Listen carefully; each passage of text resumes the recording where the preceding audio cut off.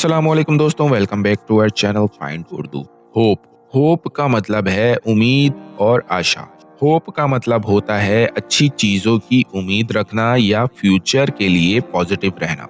ये एक बहुत स्ट्रॉन्ग फीलिंग है जो हमें मुश्किल वक्त में हिम्मत देती है। होप के बिना जिंदगी में मोटिवेशन और पॉजिटिविटी कम हो जाती है। जैसे लोग अक्सर मुश्किल वक्त में अपनी होप पर भरोसा करते हैं और बेहतर फ्यूचर के लिए काम करते हैं। She never lost hope even during tough times. मुश्किल वक्तों में भी उसने कभी उम्मीद नहीं छोड़ी। तो दोस्तों, होप का मतलब है उम्मीद और पॉजिटिविटी रखना जो लाइफ को आगे बढ़ने में मदद करती है। उम्मीद है अब आपको होप का मतलब समझ में आ गया होगा। मिलते हैं नेक्स्ट वीडियो में। शुक्रिया।